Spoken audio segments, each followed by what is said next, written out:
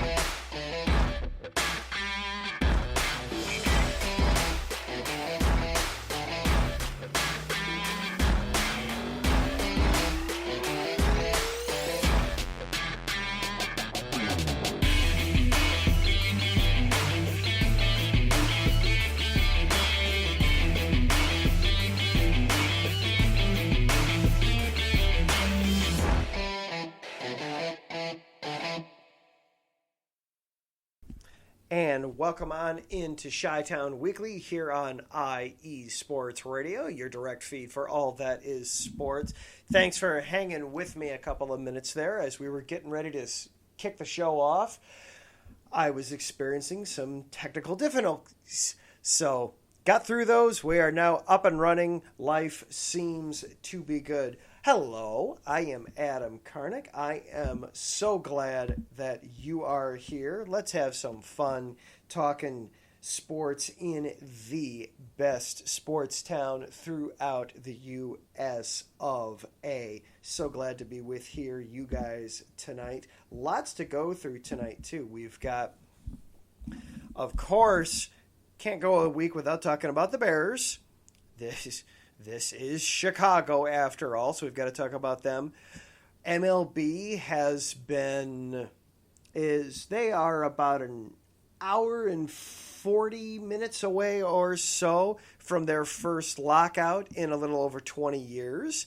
So, going to be some history made later on tonight. About 10:59 here in Central Time tonight. So we will be looking at that. That didn't stop the Cubs from making a couple of moves. Finally, it took them all the way right up to the deadline, but the Cubs made some splashes yesterday and a big splash tonight, signing starting pitcher Marcus Stroman on a 3-year deal.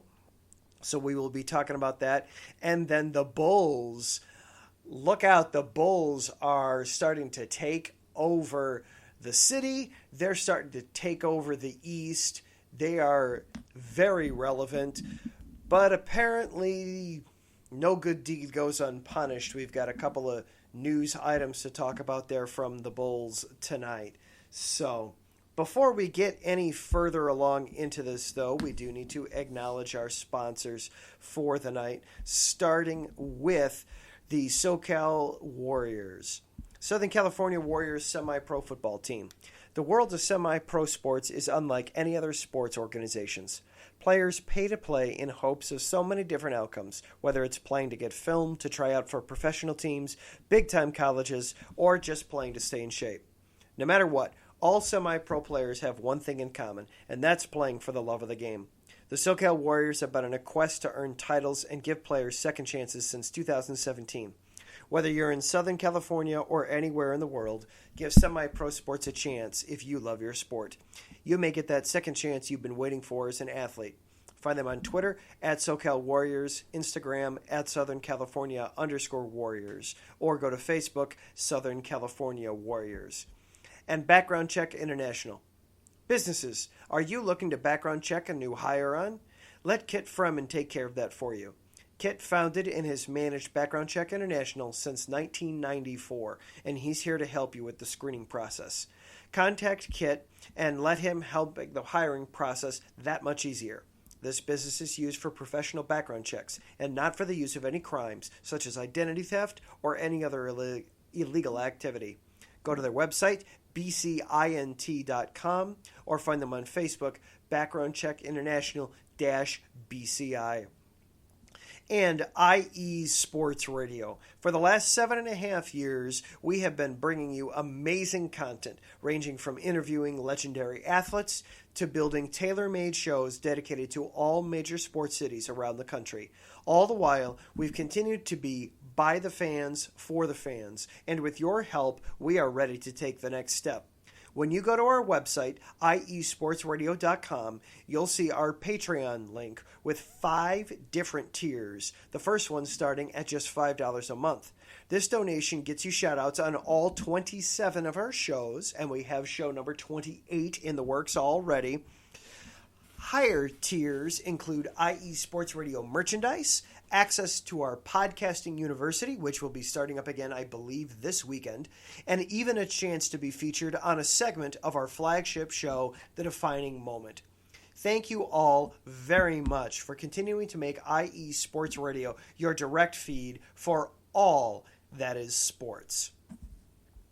And I want to acknowledge our couple of Patreon supporters right now, at Bay Area Raised on Twitter and at M. Losgrade on Twitter. Thank you to both of those people for helping us out and supporting us on Patreon. Definitely, please, if you are able, check that out. Give us a like. Help us out on Patreon if you are at all able.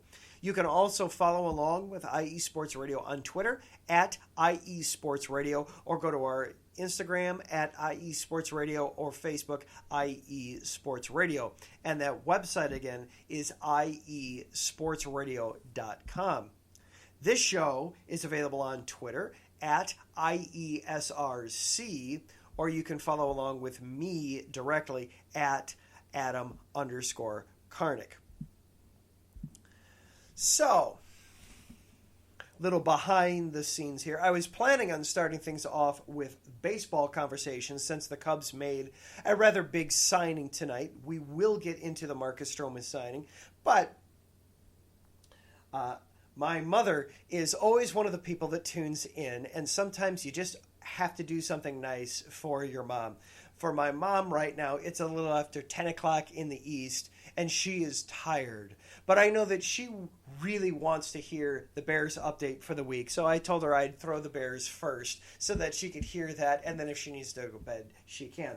So without any further ado, what's going on with the Bears? Well, thank God that the Detroit Lions showed up on the schedule, because that allowed the losing streak to stop. 5 games was 5 too many, but all's well that ends well. The losing streak is done. Thank goodness. Andy Dalton got the start, an 8-minute-long drive on Thanksgiving Day in a game that, frankly, if you skipped it, I wouldn't blame you.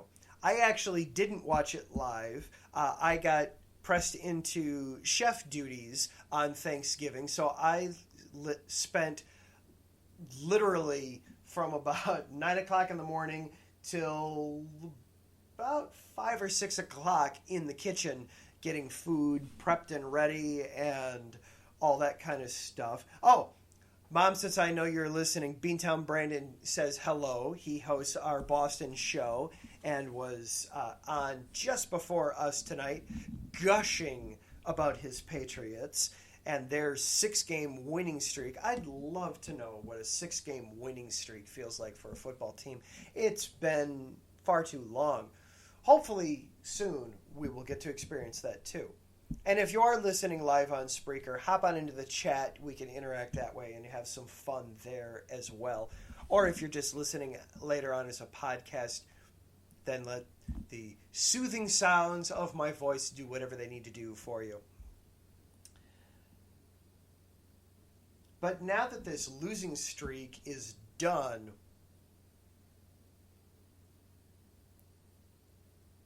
we can kind of wake up and realize, oh my gosh, the Bears somehow at 4-7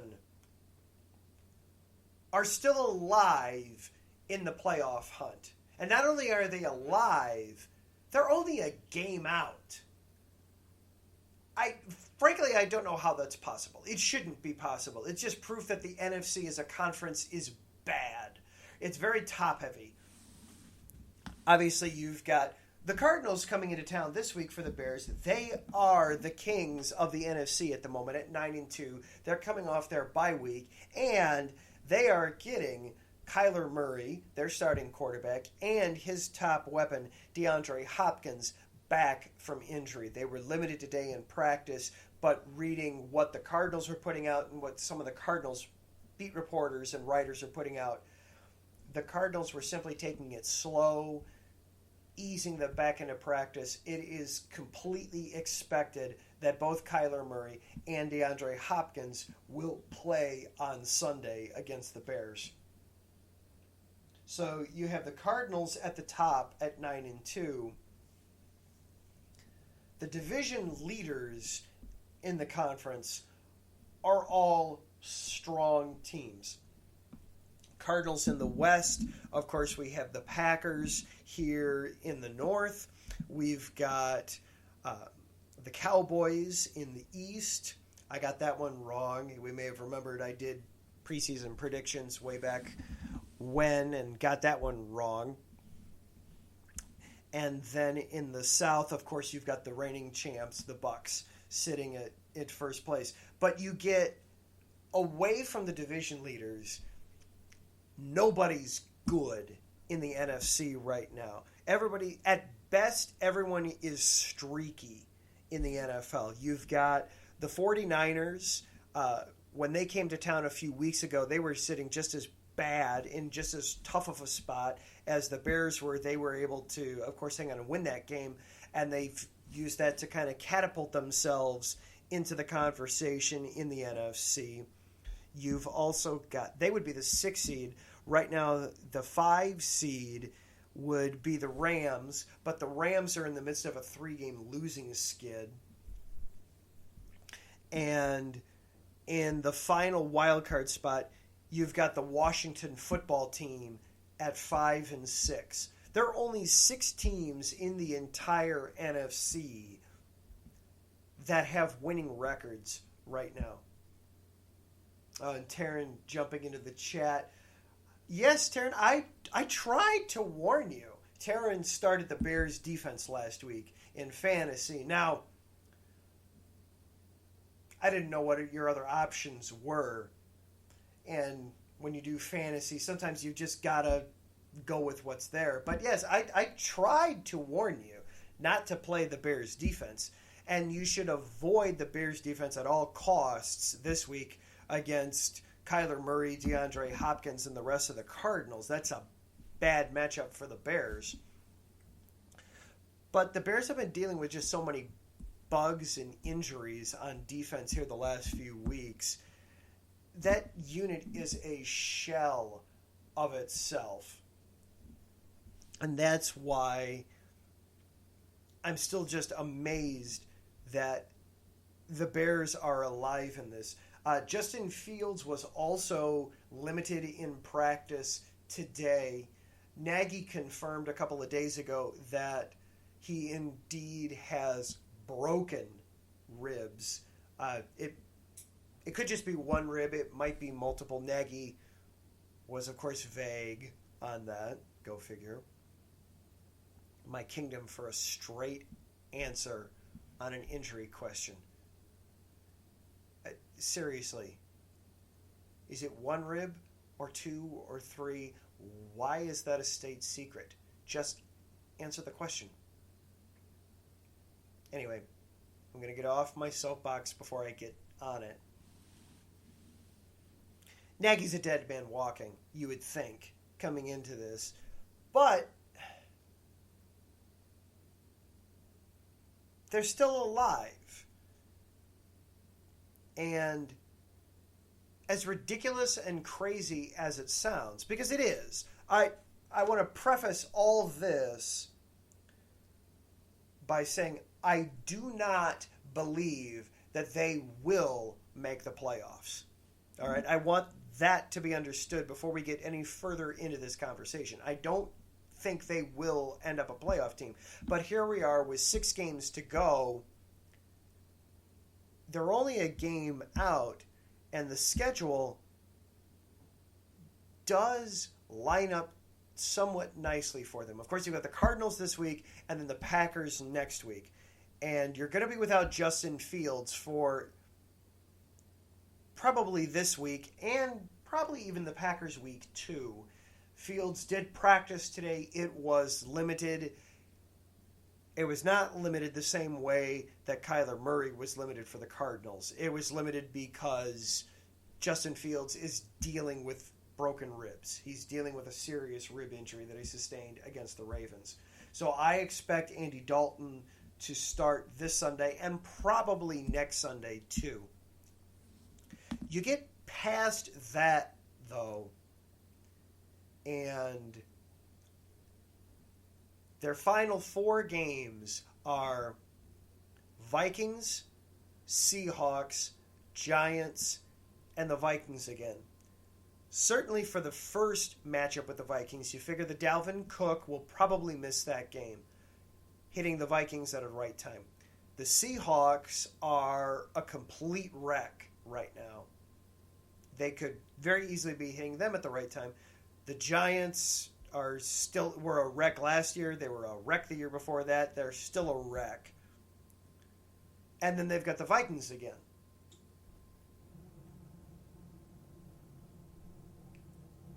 Right now, a losing record is good enough to get into the playoffs in the NFC. I think that could easily be the case at the end of the season too. So 8-9 is not absurd for making the playoffs in the NFC this season. So a losing record is still, I think for this year, will qualify for the playoffs. And 8 wins was good enough a year ago to make the playoffs in the NFC. So it's lined up there. If the Bears can go 4-2 in their final 6, they could very easily be playoff eligible. But they've got to go 4-2. They've got to double their win total in half the games. And just, they don't pass the eye test right now. Before the Lions game, the 2 games before that, they had leads with under 2 minutes to go. On the road in Pittsburgh and at home against Baltimore. And against Baltimore, it was against a backup quarterback. And the defense couldn't make it hold.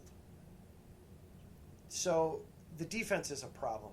And the offense,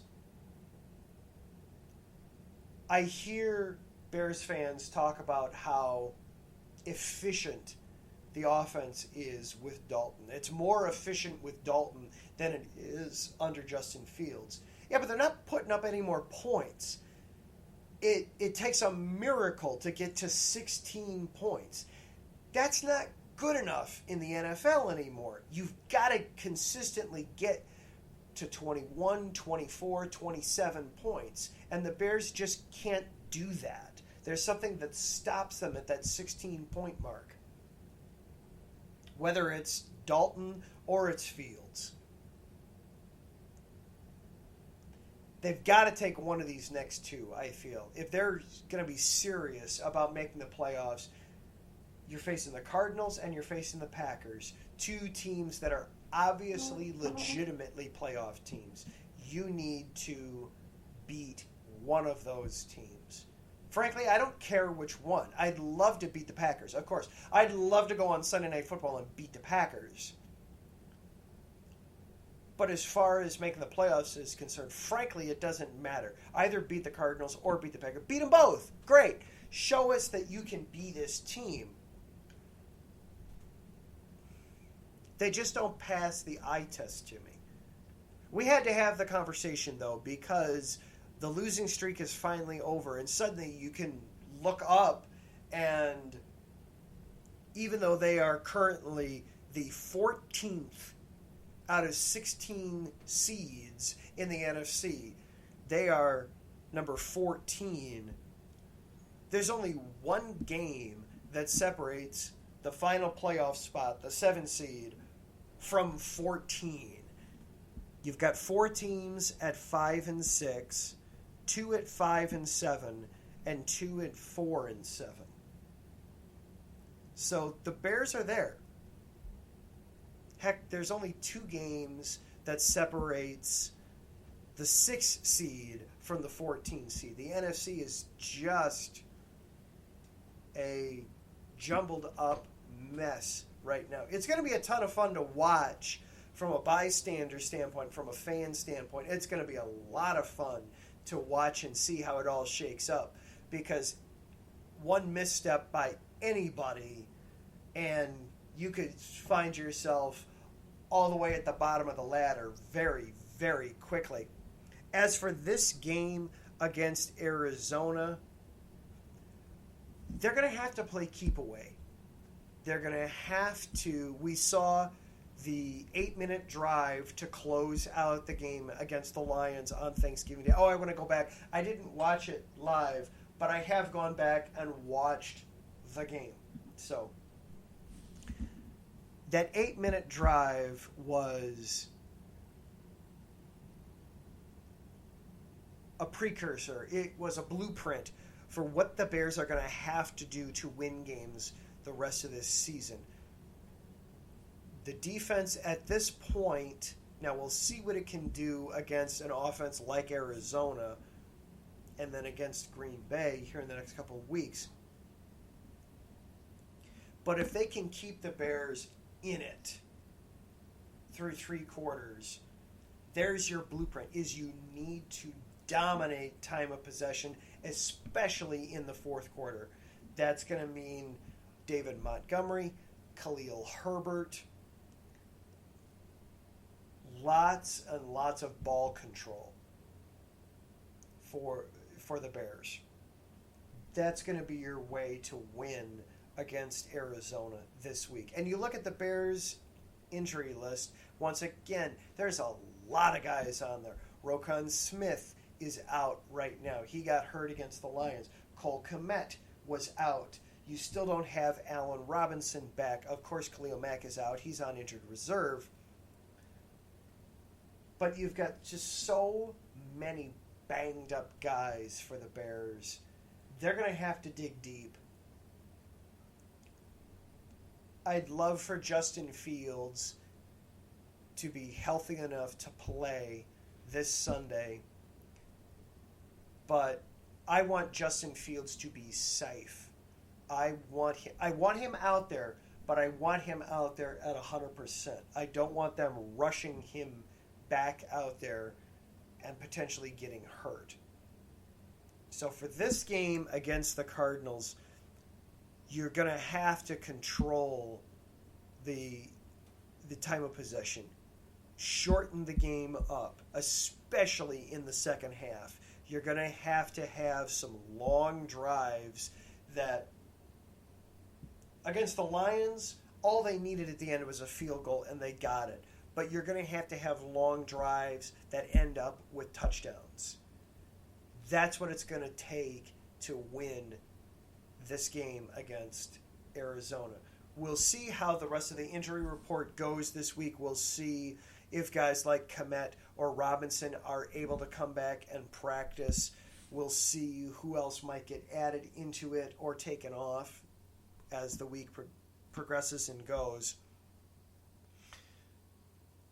But the Bears have to take one of these next 2 if they want to be serious about actually being in the playoff conversation, because they're in it. They're technically alive. But now show that you're alive. we'll see how it goes. All right, we are overdue for our first break. When we come back, Major League Baseball is about an hour and 26 minutes from its first labor stoppage in over 2 decades. But that didn't stop the Cubs from finally making some moves. We will talk about the Marcus Stroman signing and what that means for the North Side pitching rotation coming up next. This is Chi-Town Weekly here on IE Sports Radio, your direct feed for all that is sports. Back after this.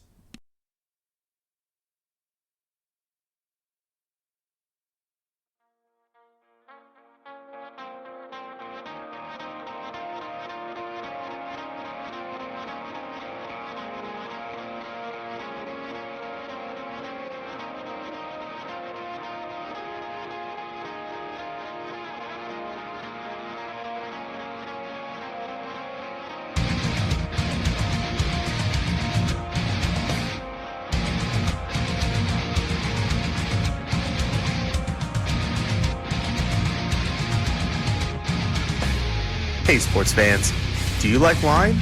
Well, we've got the show for you. This is Let's Wine About Sports, a show where we talk about wine and sports simultaneously. From the classic Cabernet Sauvignon all the way down to the grapes that you've never even heard of before. Oh yeah, we cover it all. And we'll talk about a little bit of sports as well. Football, hockey, collegiate, women's sports, it doesn't matter. We're going to talk about it all, and we're going to whine about it all. So join me Monday at 8 p.m. on IU Sports Radio, your direct feed for all that is sports.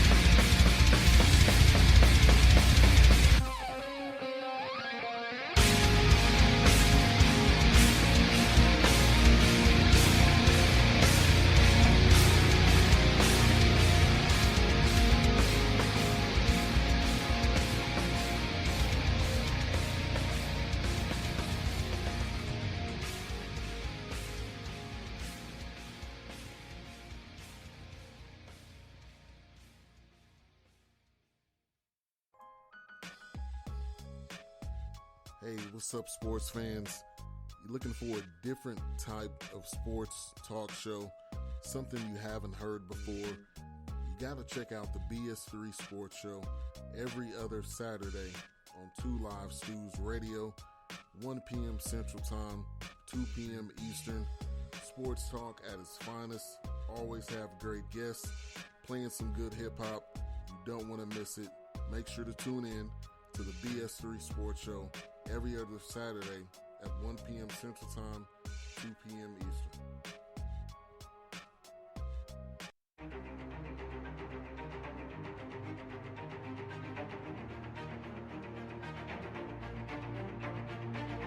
Hey USRN fans, do you have a product or company you're trying to promote? Look no further. USRN is teaming up with small local businesses trying to establish themselves via online promotion. Let us know if you're interested. Email us at usrnradio@gmail.com to learn more.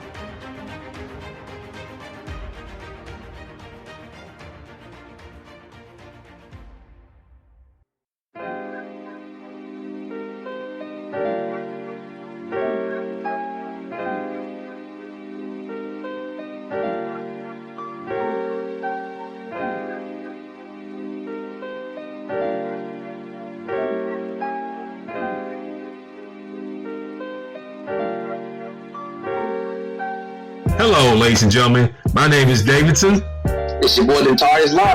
And we are the hosts of Fast Break here on IE Sports Radio, where we discuss everything in the world of basketball from prep to the pros. You guys should definitely check us out, man.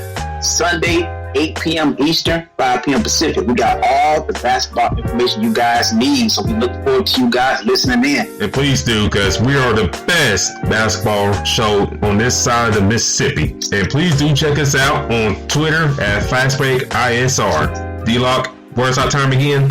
8 p.m. Eastern, 5 p.m. Pacific. That give you guys plenty of time on a Sunday. Tune in.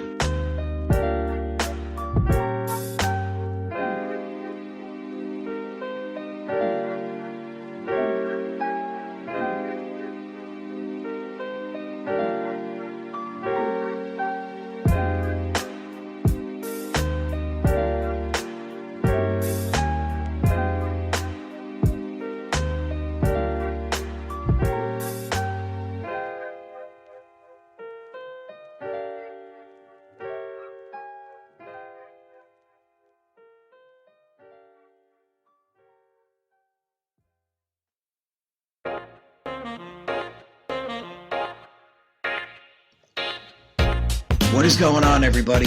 My name is Harrison Glazer, and we're coming at you from the Show That Never Sleeps podcast.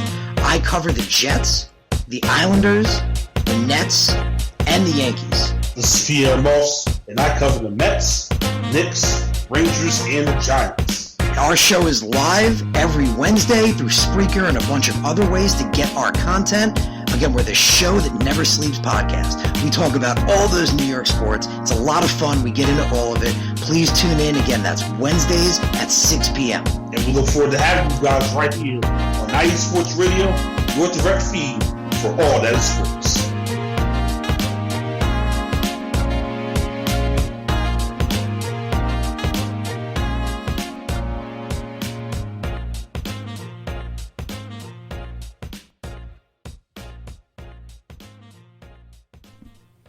And welcome back into Chi-Town Weekly here on IE Sports Radio. Coming back from the break, we want to shift gears a little bit into baseball. As I'm sure everybody is aware by now, the collective bargaining agreement between Major League Baseball's owners and its players' union is about to expire here in about an hour and 19 minutes as we're sitting here on Wednesday night, December 1st. And it's going to be the first labor stoppage in over 2 decades for baseball. And like all labor stoppages, it comes down to money. We talked a few weeks ago about what it's boiling down to, what the players are hoping to see happen, what the owners are like wanting to see out of this and get out of this. The owners wouldn't have to lock out the players. They're choosing to, in an attempt to create kind of an artificial sense of urgency here, that because when a lockout occurs, what that means is the teams and the players are not allowed to interact in any way. You can't have managers or front office personnel or training staff interacting with players. For example, when the lockout occurs here in a little bit, the Cubs pitchers won't be able to go to the Cubs pitch lab and get some work in. They have to do anything like that on their own. You can't go to the team weight room and lift weights or get in a workout. All that you have to try and do on their own. So the thinking is, from the owner's perspective, by initiating a lockout, that will encourage the players to come back to the table. They had a sit down today between players and owners. It lasted all of 7 minutes. And then they decided there was nothing more to talk about and that they didn't schedule another meeting. So a lockout is imminent. If last year's negotiation on how to play the pandemic season in 2020 was any indication, we're in for a long haul here between these two sides, because frankly they just don't trust each other. The players don't trust the owners and the owners don't trust the players. But until 10:59 tonight, teams are still allowed to sign players. It is still technically the off season. It is hot stove season, and teams have another hour and 16 minutes to sign players. And the Cubs, Jed Hoyer had gone on local radio a few weeks ago and said that the Cubs were going to spend this season. And we waited and waited and waited and waited, and they really didn't do anything. They signed a couple players yesterday afternoon.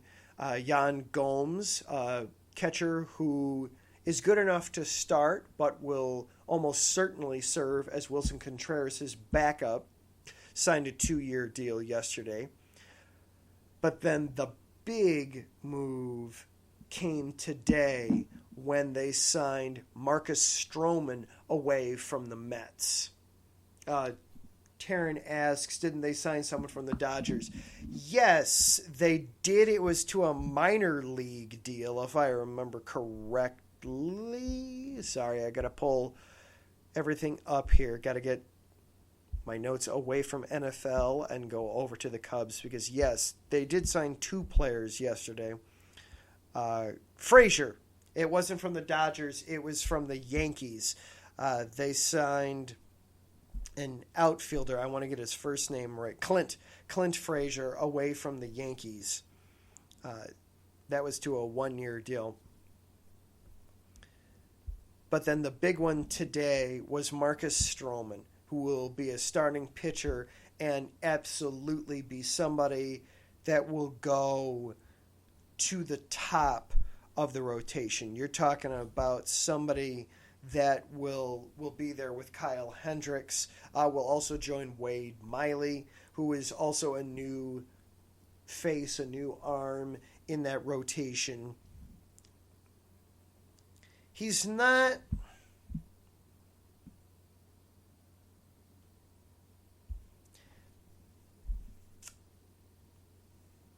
How do I want to say this as I let a ton of dead air go there for a minute? That was really good of me.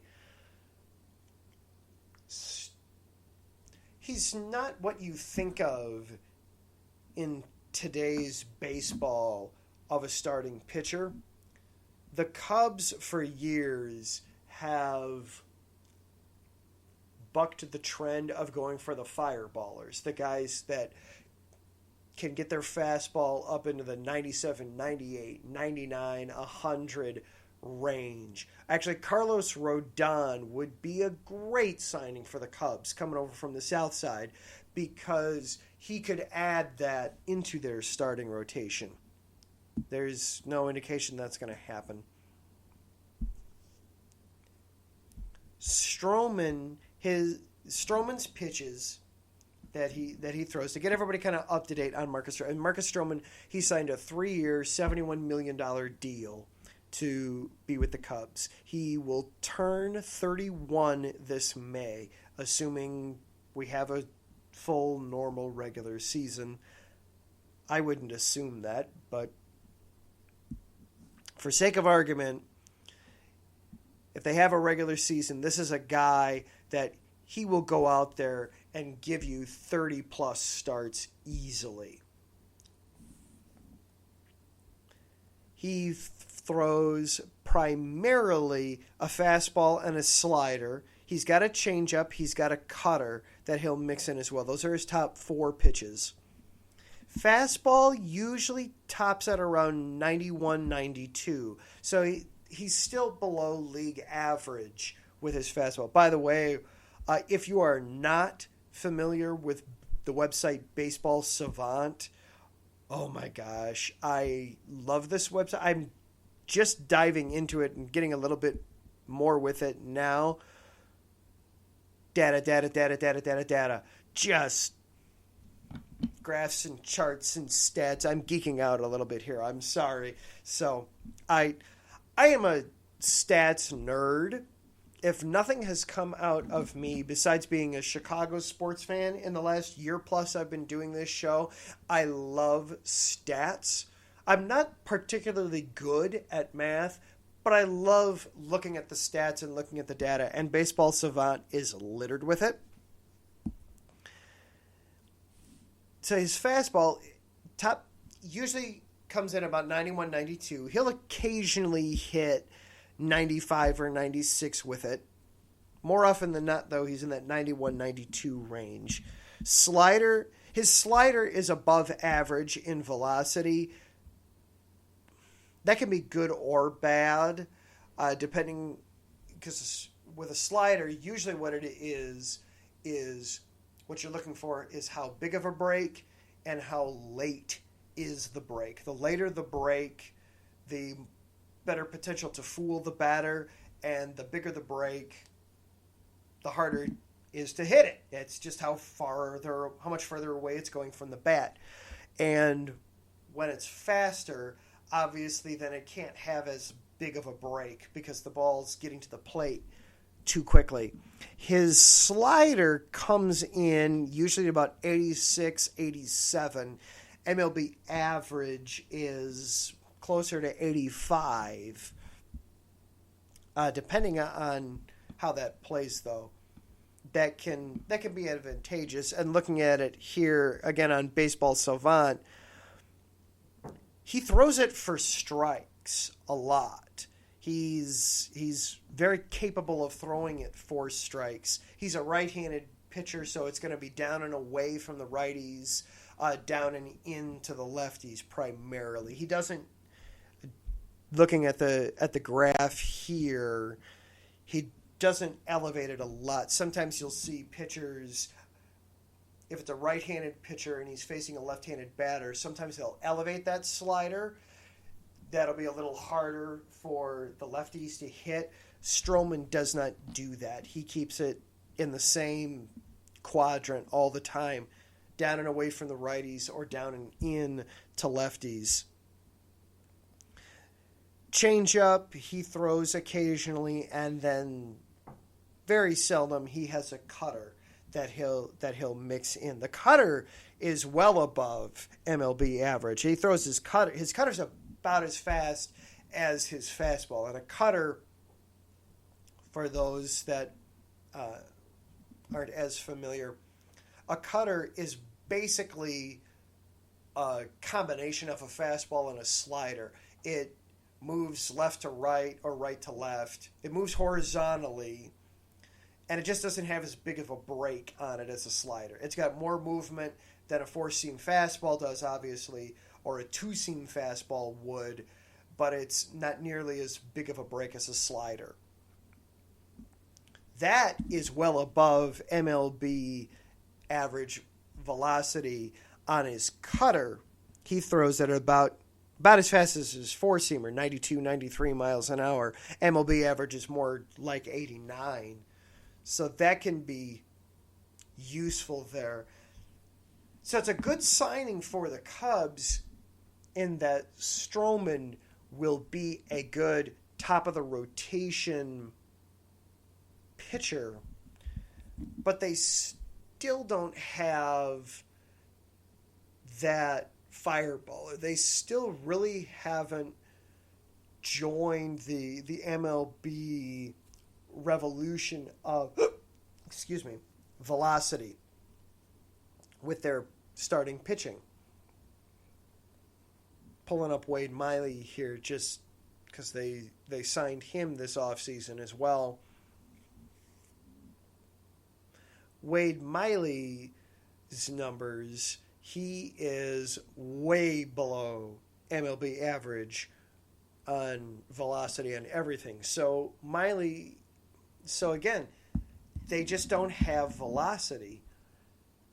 We saw last year, and we've seen for the last couple of years, how a lack of velocity hurts when your entire pitching staff is so reliant upon location and they can't just blow anybody away.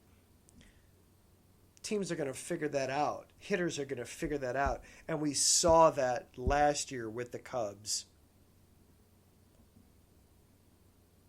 So I like the signing of Stroman. He's a good pitcher. He's only 30. He's going to turn 31 in May. So they'll have him for a couple of seasons. They'll have him for a few years.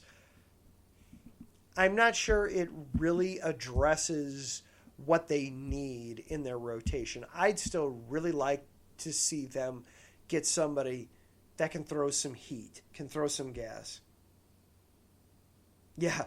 Oh, MLB is facing a lockout tomorrow. Yes. They were, again, we are an hour and 6 minutes away from the lockout. Yeah, Beantown Brandon chiming in there. Yeah, they are absolutely facing a lockout. Yeah, and I expect it to be long.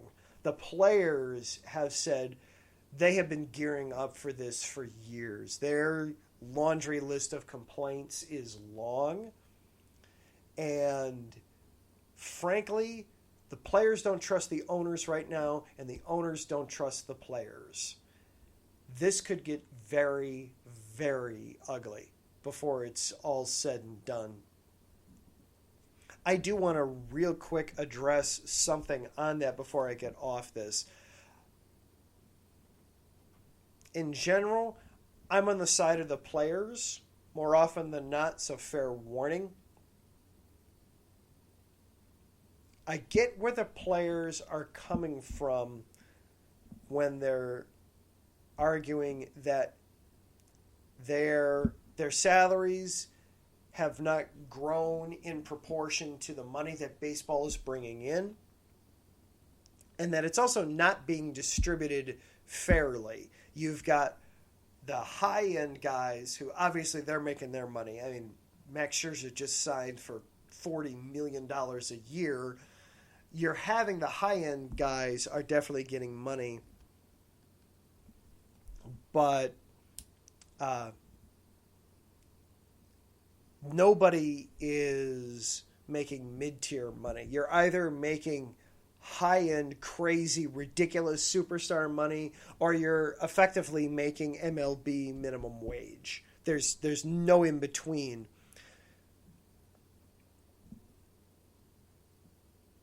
MLB players hate the idea of a hard salary cap like the NFL has. They don't want that because they feel like owners are being cheap enough with their money. They don't need further incentive to be cheap. But I saw it pointed out on Twitter earlier today that the Cubs, if they don't pick up Kyle Hendricks' option for, I believe it was either 2023 or 2024. 2024. This is from Michael Cerami on Twitter. If the Cubs don't pick Kyle Hendricks' option, they only have $8 million committed to their 2024 roster. Now, obviously, that's a couple of years down the road. I would say this to the players, though. I understand why you don't want a hard cap, but you know what comes with a hard cap? A hard floor where teams have to spend a minimum on players. We see that in the NBA. We see that in the NFL, especially. That, yes, in the NFL, there is a hard and fast salary cap. You can only spend X on players, no more. If you go over, you cannot go over. There is no going over. They also have a salary floor where they must spend a minimum on players. What MLB needs, in my opinion, they need a salary floor. You can work with Adam Silver, work with the NBA Players Association on seeing how they make it work, because the NBA has a soft cap, similar to what MLB has. They have then a luxury tax where you're allowed to spend over the cap, but teams are kind of penalized for it. They do their penalties differently between MLB and the NBA, but they're allowed to do it. Owners treat that luxury tax as if it were a hard cap, and they don't spend over it. But they don't have that floor down there that's requiring them to spend anything. That's how you can have the Pirates, the Rays, the Brewers, just year in and year out, spend relatively little on their payroll. They can spend $40 or $50 million on their entire team. Meanwhile, while you have the Dodgers or I'm sorry, I don't remember who Scherzer signed with, but you can have teams spend that much money on one player. So, MLB PAA, if you're listening, stop dismissing the idea of a hard salary cap out of hand. Consider it. Because of that salary floor, I think they will find that it will solve some of your problems for you. Taryn asks, what do we think our national pastime will be once the NFL season is over and MLB doesn't come back? Scherzer signed with the Mets. Thank you, Taryn. Yeah, that's how you can have a team like the Rays or the Pirates spend $40 million on their entire team while the Mets spend $40 million on one guy. As for what our pastime will be once the NFL season is over, I think at this point we're looking at college basketball always jumps in there at that point. I wouldn't be surprised if the NBA becomes the one that everybody jumps into. I would encourage everybody to jump into hockey. I realize that a lot of Chicago fans are like me right now, and we're a little hesitant to jump back into the Blackhawks thing. I get that. I am right there with you. I'm following the team still, but I'm not nearly as much as I was. And you notice I haven't been talking about them nearly as much on here either. But check out hockey. Check out the NHL. There's a lot of fun stuff going on out there. Connor McDavid. Check out the Edmonton Oilers. A lot of fun to watch them. Check out the Bruins out in Boston. Brad Marchand. He's an older player, but he had some fun this last week with Artemi Panarin on Black Friday. The two of them went at it a little bit, had some fun. They've both been suspended by the league, appropriately and for different reasons, but they had some fun with each other over the Thanksgiving weekend. So check that out would be my encouragement. At the same time, I know that the NHL will forever be the number 4 spot there of the major sports. All right, I'm looking at the clock here, and I am the last show of the night. But you know what? I think rather than take another break, I think we're just going to stay right here. And speaking of basketball, we will just use that and transition into the NBA. Yeah, and Brandon brings up Brad Marchand. Well, Marchand, there's a very good reason why he got suspended. He... I forget what the hockey term for what he did is. It was a fun slew foot. Yeah, he slew foot a player. The description I gave for it on Twitter basically was, imagine the fights you'd always have in the living room with your older brother. Your older brother's finishing move of pinning you and kind of sweeping your leg out from under you. Basically, that's slew footing, only on ice. Obviously, you can't do that because people are going to get hurt. So it was very appropriate that Marchand got suspended. But yeah, it was fun to watch. So, all right. But let's actually close out the show talking some NBA tonight and the Bulls. The Bulls right now, they close out November at 14-8. And they currently find themselves in second place in the East. They got through what was a difficult stretch in November and did it rather impressively. The Bulls right now at 14-8, they're tied with Milwaukee and Washington for second place in the East, a game and a half behind the Brooklyn Nets, whom they will face here in a few days. They will face the Nets, as a matter of fact, the 4th is Sunday. On Sunday, they face the Knicks tomorrow night in New York. That'll be a lot of fun. A rematch with Tom Thibodeau and the boys out there in the Garden. That should be a great game. 6:30 tip on NBA TV, or of course on Comcast Sports at Chicago. But you look at their stretch in November. Overall, came out of that impressively. They had their West Coast trip, where the West Coast has been so rough on the Bulls overall. Came out of that with their heads above water at 3-2. Yes, they had a couple of rough losses to close out the month against the Pacers and a really ugly one against the Rockets. But then a blowout of the Magic, a close loss at home against the Heat, and then a big win at home against the Hornets, where they put 133 up on the board. And yes, I realize that the Charlotte Hornets are allergic to playing defense, but still, they put up 133 on a team. And you had Levine look good, you had DeMar DeRozan look good, Lonzo look good.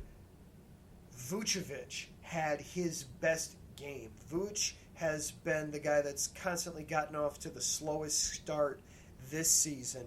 He scored 30 against the Hornets. If Vuce is right and ready and can run with everybody, the Bulls have depth then throughout the roster.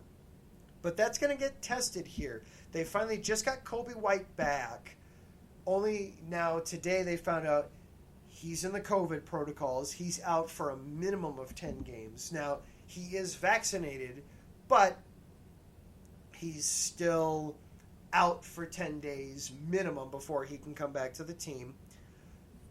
But when he was out to start the season, that meant Ayo Dosunmu had an increased role, and he flourished in that. When Kobe White came back, they've had a hard time with the second unit figuring out who gets the minutes, either Kobe or Ayo. With Kobe going out, this is an opportunity for Ayo to show that he deserves those minutes. It stinks that it comes at Kobe White's expense because of his health, but this is an opportunity for Ayo Dosunmu to step up and kind of grab hold of that spot in the rotation. I'm excited to see if he can do it.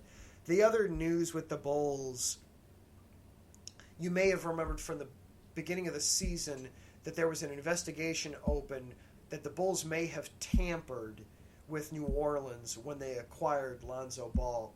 The NBA has determined, apparently, that yes, the Bulls did tamper, and they docked them a second-round pick in next year's draft.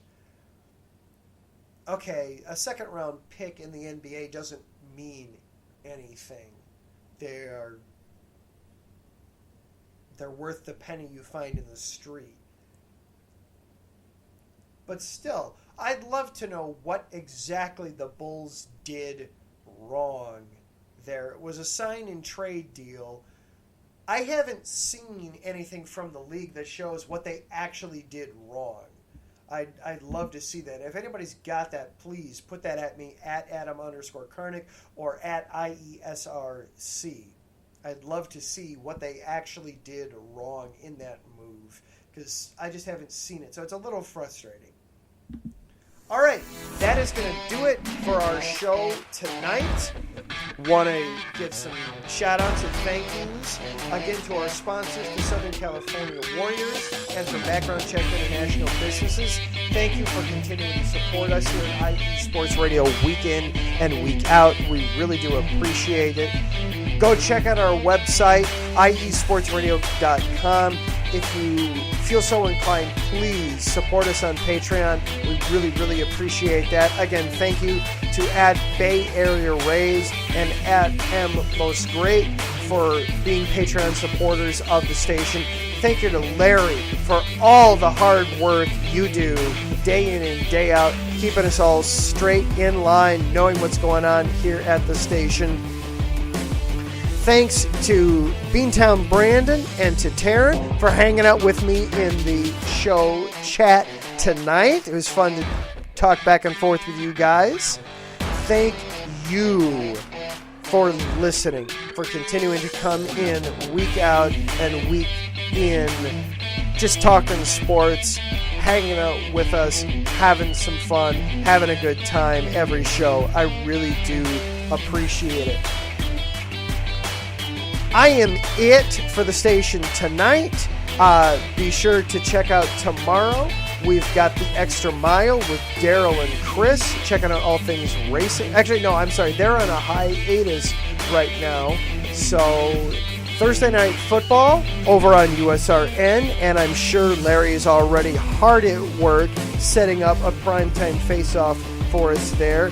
And then also be sure to check out my hockey co-host Zach as he gives us the Detroit update on all things going on in the Mitten State. Taryn Rodriguez will be on tomorrow as well with SoCal Supreme Sports. So all kinds of good stuff coming up for you tomorrow on IESR. Be sure to check it all out.